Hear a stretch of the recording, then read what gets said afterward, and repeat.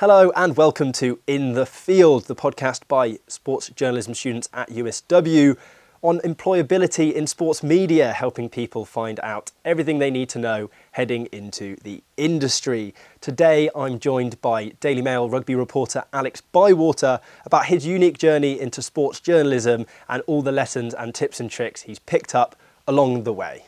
Alex, thank you so much for your time today to speak to us about employability, about getting jobs in the industry and obviously your experience in working through that. So the main reason I sort of wanted to speak to you is your route into it was from an outside perspective, not necessarily textbook. You did a politics degree at Cardiff with a postgrad in newspaper journalism. Yeah.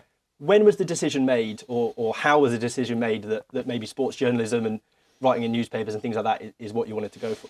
Well, even though it wasn't like a standard route, it was something that I'd always wanted to do. So I basically first got a real interest in sports journalism by growing up watching football and big Champions League nights. And when I was growing up, the Champions League was on ITV, and I always remember I would love to watch the big games with like Man United at the time, obviously who were a great team, Real Madrid, all those sorts of games. And I remember my mum wouldn't let me stay up for the full game, because it would finish at, sort of 9:30, 10 o'clock. And obviously when you're younger, that's quite late. And I always remember that I would then find out the results my parents would always have the paper the next morning. And I would find out the results of the match, because obviously I'd missed the second half, by reading the paper, because that was before the internet and stuff like that. And I always used to think that was so cool that it was someone's job to be at the Bernabeu or the Nou Camp or wherever, and then report on it and inform people in the news. So Henry Winter was a guy who, he was writing for the Telegraph at the time, and he'd tend to do a lot of the big games, so I'd read him a lot. So that was the first thing that actually got me interested in sports journalism. So from there, it was a career that I always wanted to do, and I've been fortunate enough to do it. But the reason why I probably didn't do a journalism degree straight away is because even though it was something I thought I always wanted to do, I guess when you're younger, you don't always definitely know that that's going to happen, or that you might change your mind.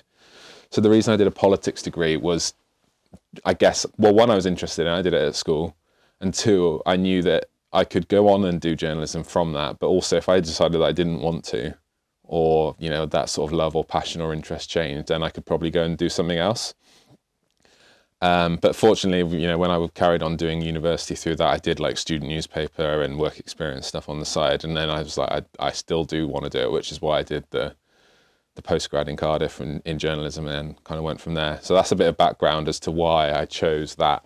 So you mentioned sort of work experience, and I think you were doing that sort of alongside your degree, weren't you? So sort of separate, and you did the Wisden Cricketer, Cardiff City, and you were writing for a blog, am I right in saying, Inside Bluebirds? Yeah, so we had to set that up as part of a course similar to, what you guys are doing now. But I also did work experience before going to university with local newspapers where I'm from in Oxfordshire.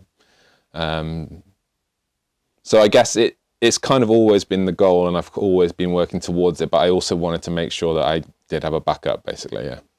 And one thing we've sort of been fed quite a lot is how important work experience is as a thing. And yourself, you mentioned some of the ones you've done, and the Daily Mail as well, you did work experience there, and then you got a job there, I think, about 4 or 5 years later.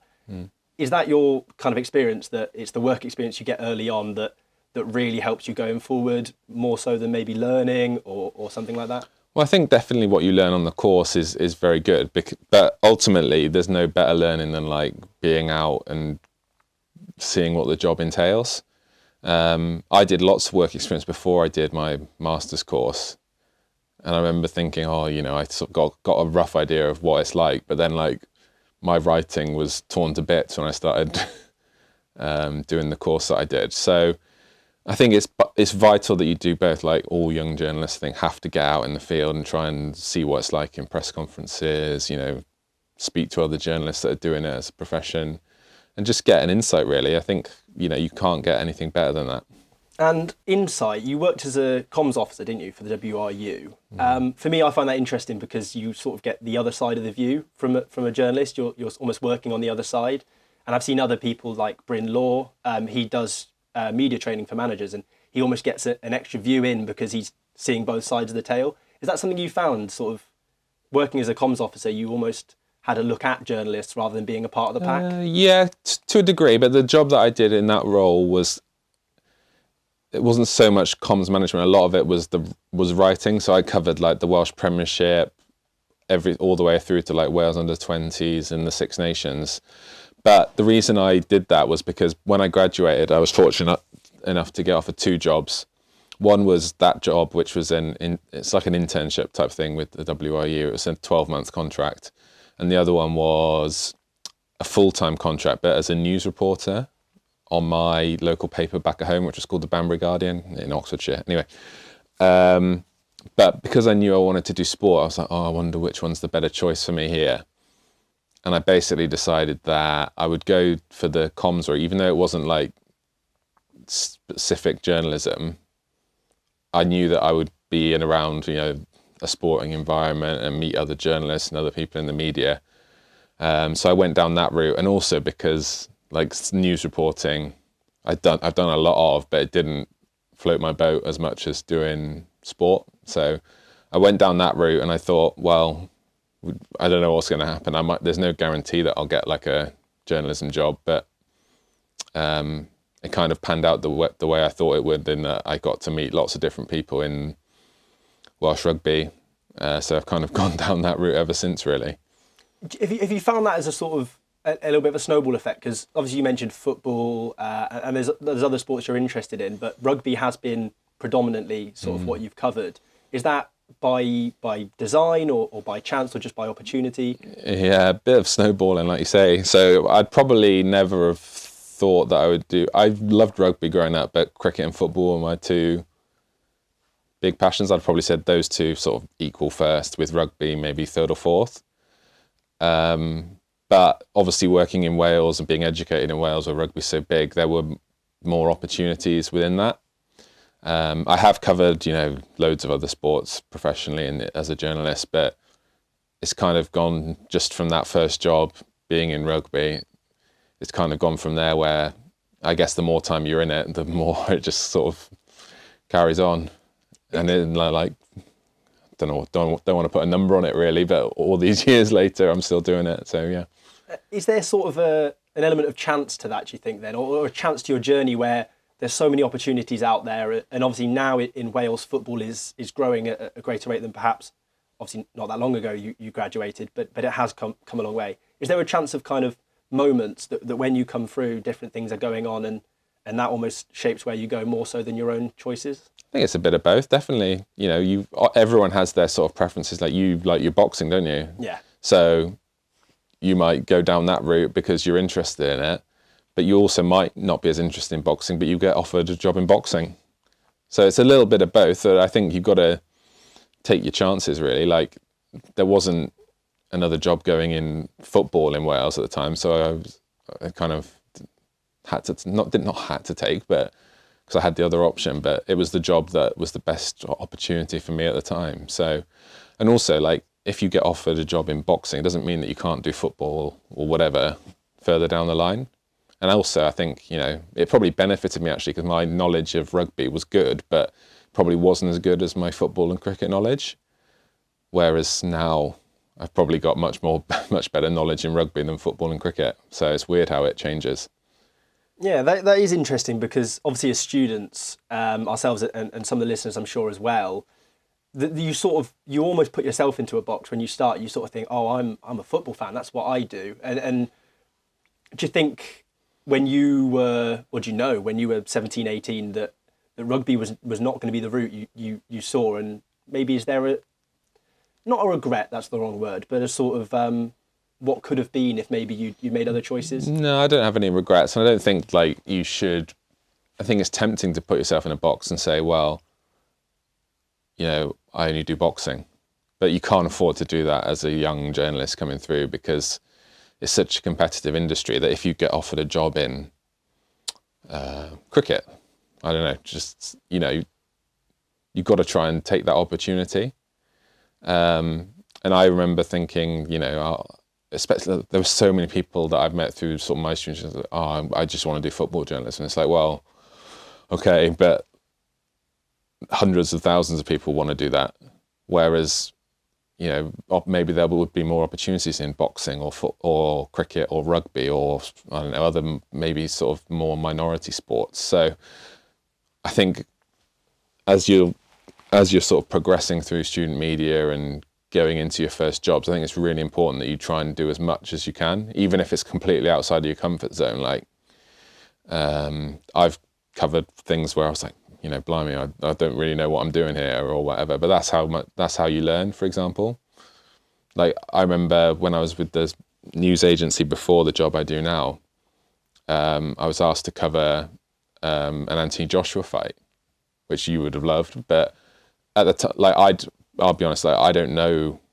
My knowledge of boxing is like, obviously I know about the storylines and stuff, but my knowledge of, how to score a round, for example, isn't good.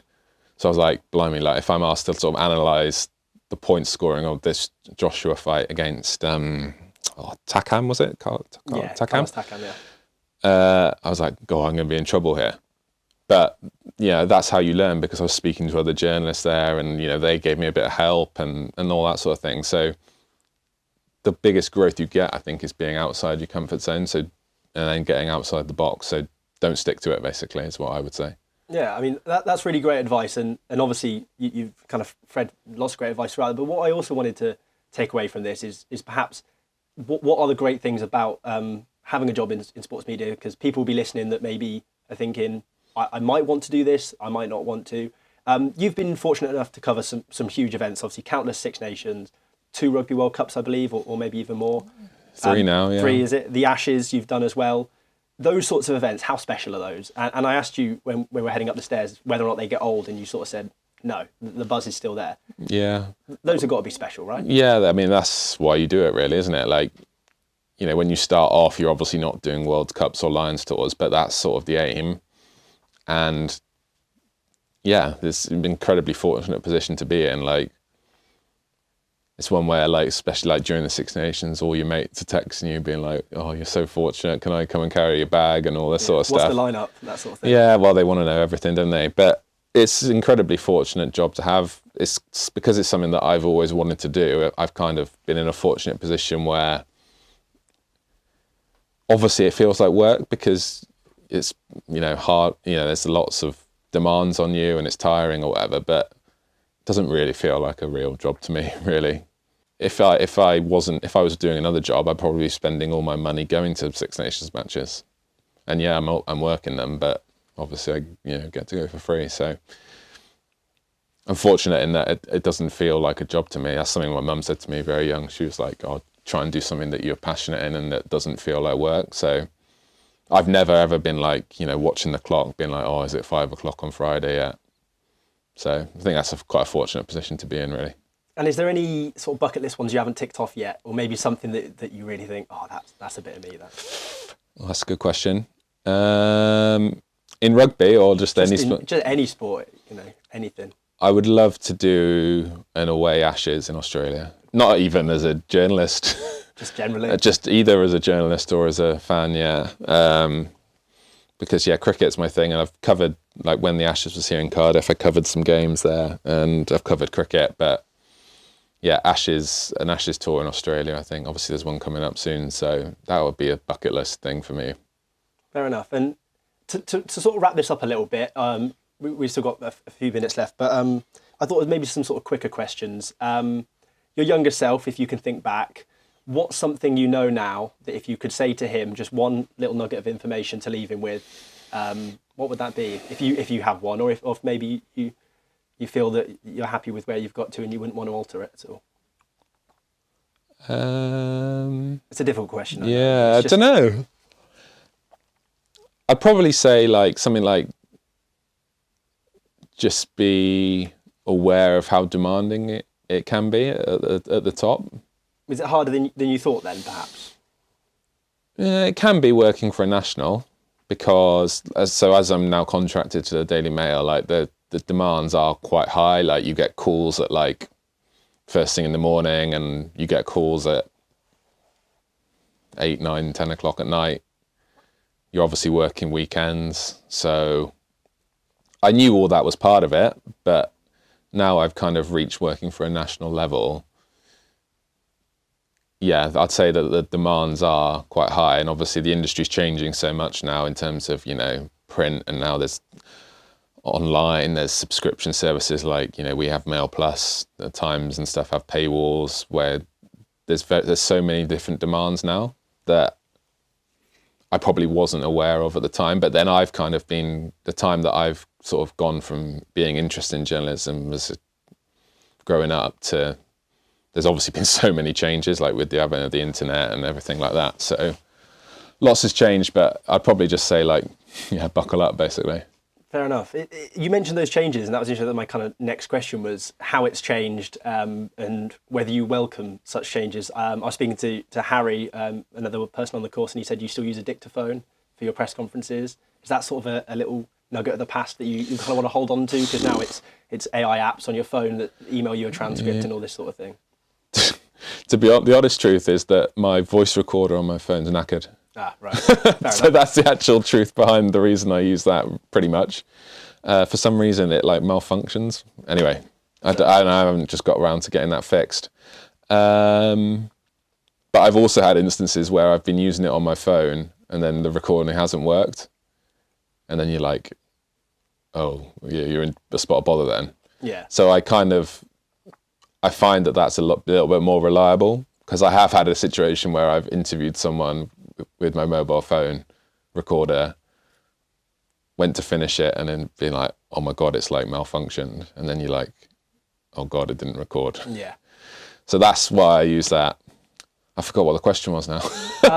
Do you welcome the changes that have come? Obviously, there's a big talk on the sort of death of print media, and obviously it's not dead, but it's certainly a dying art to a degree, and that's something they instill on us a little bit, that might not be the world that we walk into. Is that something you welcome, or something that you regret? Not regret, but Well, it's obviously, you would, in an ideal world, you would love the newspaper industry to be thriving as much as the online. Of course, we would love it if print sales were back at what they used to be 20, 30 years ago, but the reality is that's not the case. The way people are consuming media is changing, and obviously there's been a lot of changes as a result, but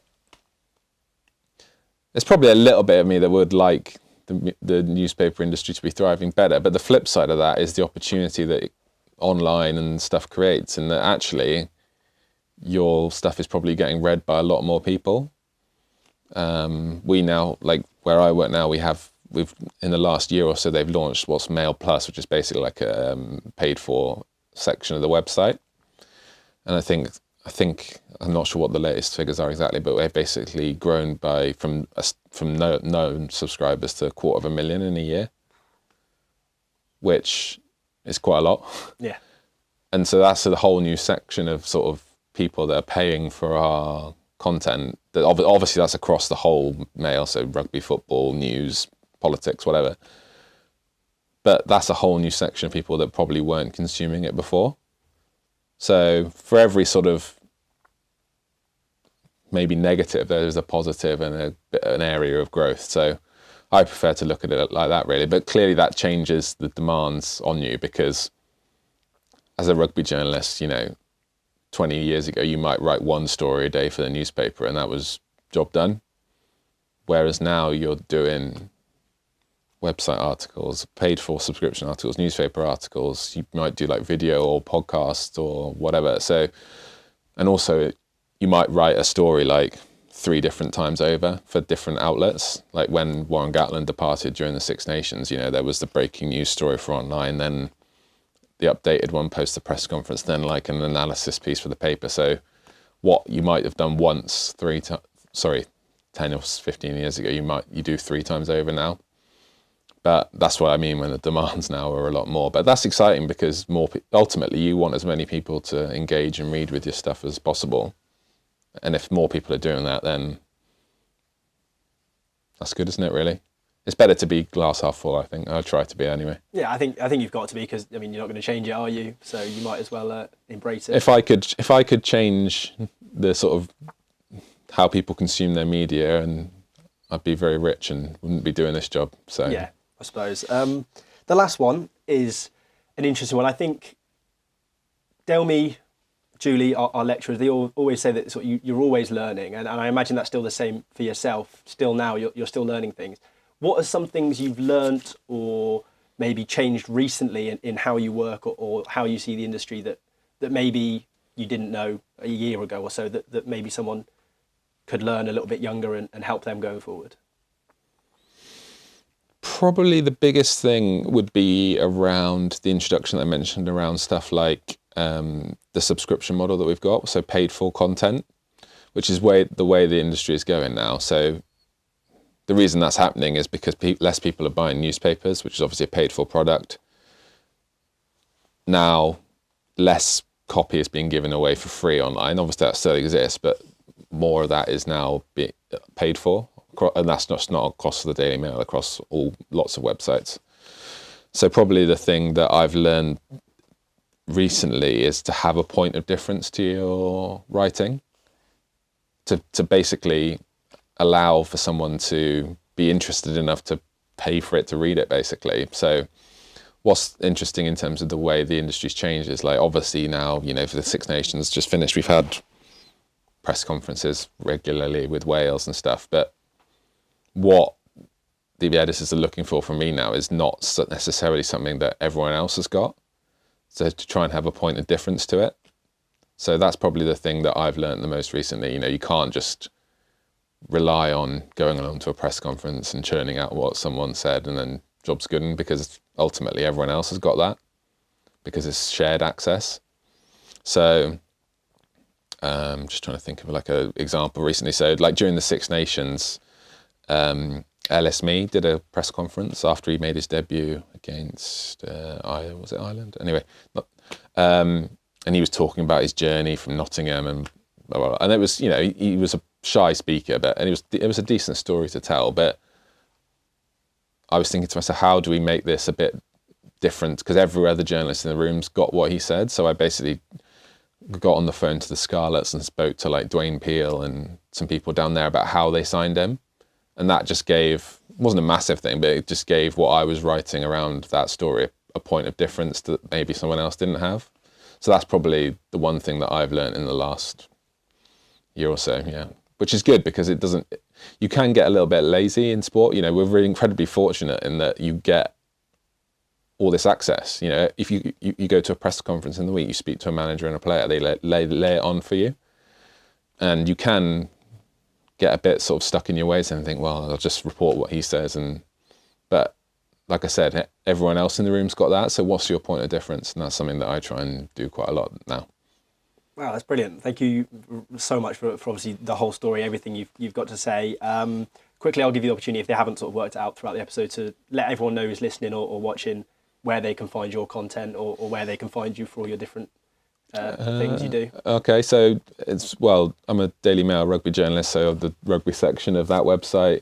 My social media is @_Alex Bywater on, nearly said Twitter, and X. Yeah, that's a tough one. And Instagram. So yeah, that's about it. That's brilliant. Appreciate your time. Thank you.